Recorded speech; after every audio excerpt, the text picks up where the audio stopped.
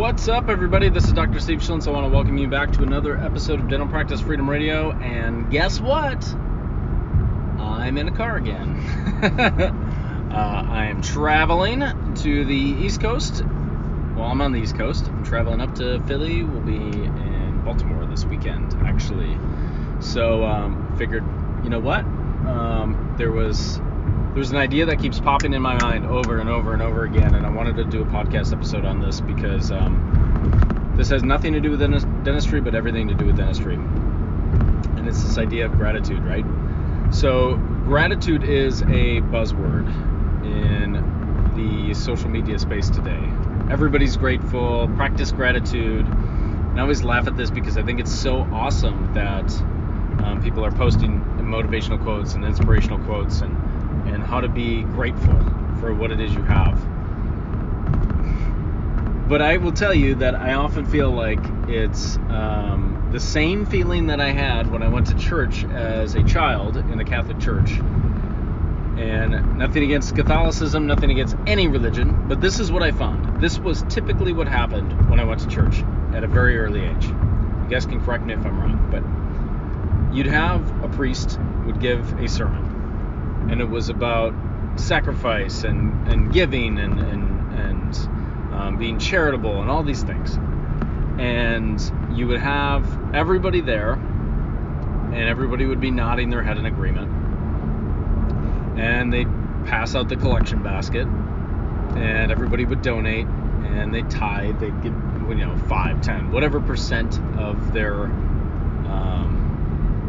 monthly or weekly income into giving, which, by the way, could be a completely different podcast episode, because I remember hearing from Dan Kennedy one time, who's a marketing genius, about that simple fact of giving, doing more for your income than anything else. And if it works for him, I mean, let's be honest, it can work for anybody. So whatever you give comes back to you.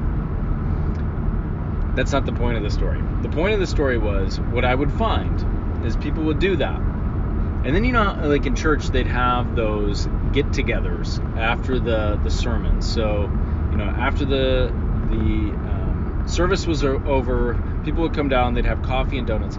And what was the first thing you noticed, if you really paid attention? These same people that we're talking about, how important giving and being charitable and not judging others, the first thing they do when I was a kid, maybe your church is different, but the first thing that I would notice is they would gossip about other people. Can you believe that Betty did that? Oh my gosh, unbelievable. And I think that made a very big impression to me at a very early age, which is, you have to walk the walk. And I will tell you, doing my work with Bob Proctor and being a consultant for him has really taught me the value of that. Because where I do get off course is when my walk and my talk no longer are in alignment. And that does happen. Sometimes they're in perfect alignment. Sometimes my goal is the right goal. I'm working towards a certain goal that really drives me, and my walk is my walk, right? What I'm saying is what I'm doing. And then there's other times that there's some conflict there. And it goes back again to, in my opinion, a goal that's congruent with who you are as a person and something you really truly desire and want. That's the starting point. But what I found is gratitude works in much the same fashion. That people will say, I'm grateful for this, I'm grateful for that. And then the very next sentence and the next, thing that comes out of their mouth is hardships or what they don't like and things like that. That's not gratitude. And the reason I bring up the church thing is that what I find a lot is people, I think, go to church once a week for an hour thinking that that's somehow going to save them, right? It's like, I'm on God's side. Whether you believe in God or not, it doesn't matter. That's a lot of churchgoers believe that. Hey, if I give my hour up once a week, go to church, do my thing, I'm good. It doesn't work that way. And gratitude doesn't work that way. So posting a motivational quote or an inspirational quote when everything else you do is out of alignment with that does not work. Gratitude is something you practice constantly. And it takes some serious effort and some serious motivation. But I will tell you that if you do this one simple thing that I'm telling you, it will make a profound impact on your life. There is a gratitude exercise that I have all my clients go through with Thinking Into Results, and it's very simple. And I learned it from Sandy Gallagher, which is Bob Proctor's partner. And this applies as much in dentistry as any other business. This is a universal thing. And I don't care exactly how you do this, but this is how I was taught, so this is how I do it. First thing you do when you wake up, sit down and you write down 10 things you're grateful for. Now the key with this is when you do it, you emotionalize it. So it's not simply enough to write down what you're grateful for. And I think I've talked about this on a previous podcast episode, but repetition is the key to all learning. So you're going to hear it again. 10 things you're grateful for, emotionalize those things. If you're grateful for your family, think about the times that you're on your trips with your family and how great that feels, and emotionalize that as you're writing. That is the key to this.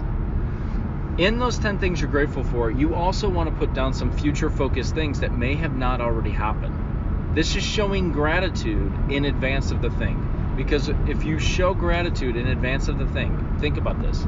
The way this works is your goals, for example.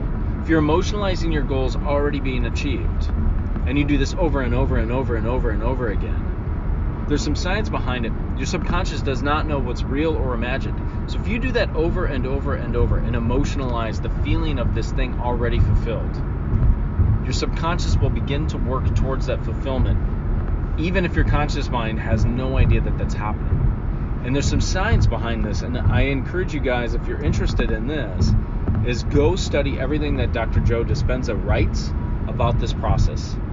And it gets a little new agey, and it gets a little bit metaphysical, and he drops some quantum mechanics in there. But the science behind the neurology of how this works is unbelievably powerful. And you would never question this again if this actually happens. This happens. It's just going to be a decision that you're going to have to make. Am I going to work in harmony with the laws, or am I going to work in disharmony with the laws? And if you work against the laws, it's going to take a lot harder, a lot more effort, and you probably never get where you want to go. So you write down the 10 things, you emotionalize those things. You can write down things you're grateful for that haven't even happened yet. And then the next thing you want to do is take 5 minutes and just ask for guidance from whatever it is you ask for guidance. If it's God, if it's the universe, if it's spirit, whatever that thing is. And just try to quiet your mind. Now remember, you have a goal that you're focusing on. If you guys have listened to stuff before, I want you to have one goal that you actually write down and carry in your pocket, and you emotionalize that goal.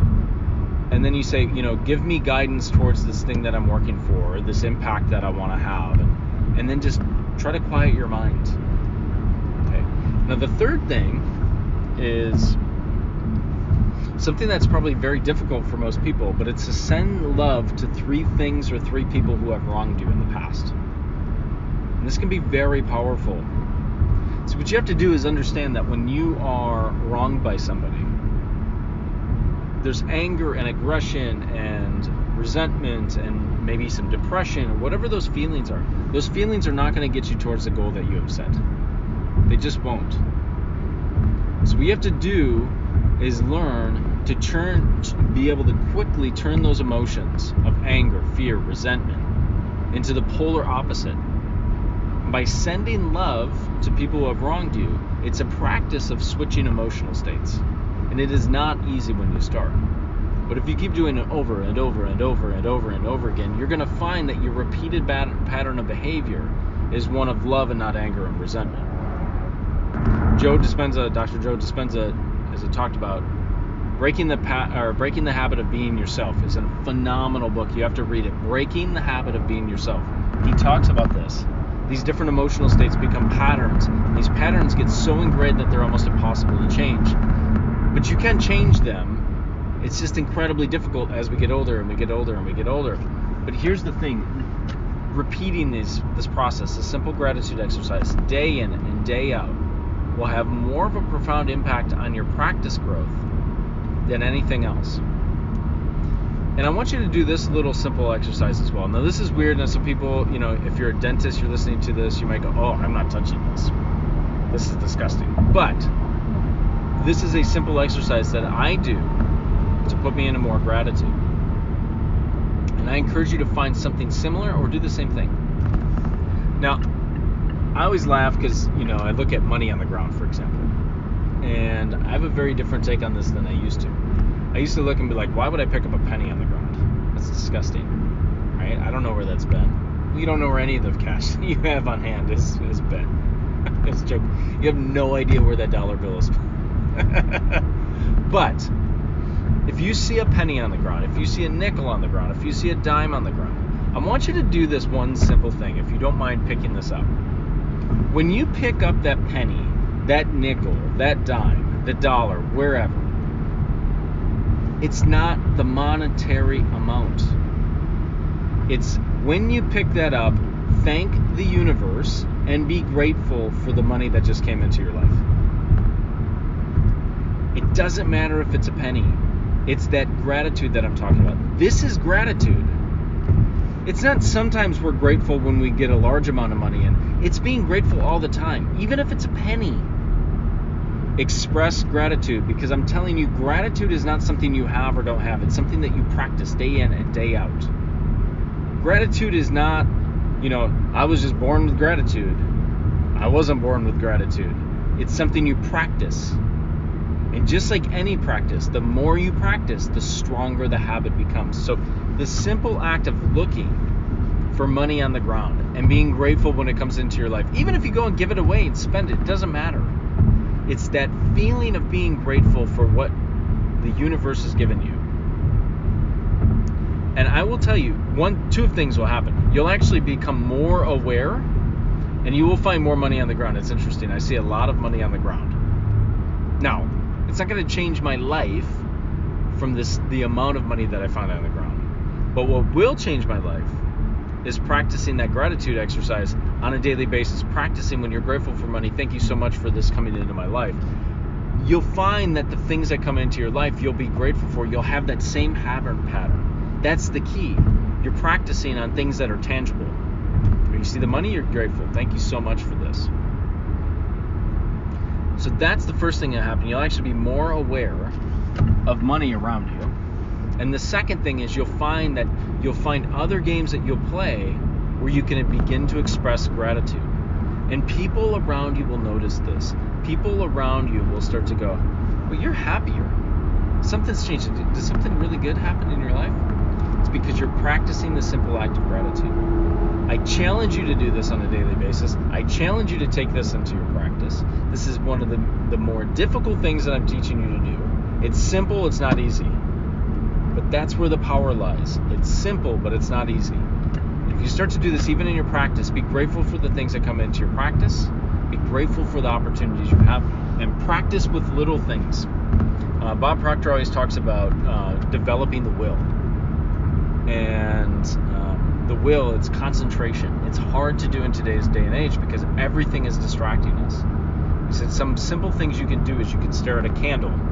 Stare at the candle flame, and when your mind deviates from the candle flame, be okay, let it go, and then bring it back to the candle. Or you stare at a dot, let it go, come back to the or go back to the dot. As you do that, you strengthen the muscle of will. You strengthen your concentration muscle, and if you can concentrate on one thing, you can concentrate on anything. It's the same thing with the penny on the ground. If you can be grateful for a penny on the ground, you can be grateful for anything.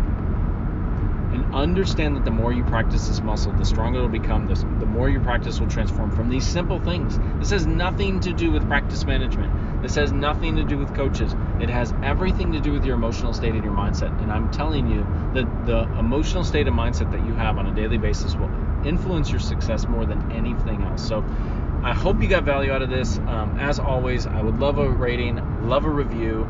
If you ever need me at all, you can always contact me at admin@mountainskycoaching.com. And in the link in the bio, there is a free case training or a case study that I have done to talk a little bit about what I do in my practice. And if you are looking to develop a practice of more freedom, more case acceptance, lower volume, higher quality, I encourage you to go through that case study and then schedule a free coaching call with me. And and I'll be able to get you on the fast path to success. So thank you so much for listening. I appreciate your willingness to listen through this audio quality. I know I'm driving right now, so it's probably not the best, but hopefully you got some value out of this message, and I'll see you at the next episode.